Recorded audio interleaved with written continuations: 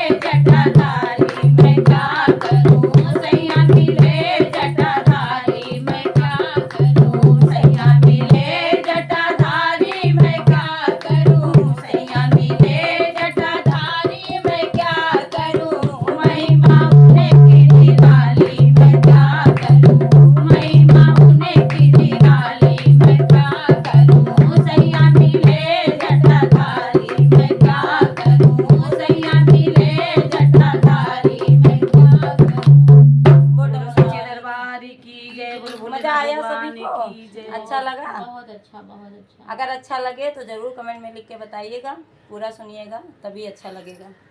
हर हर महादेव सभी को।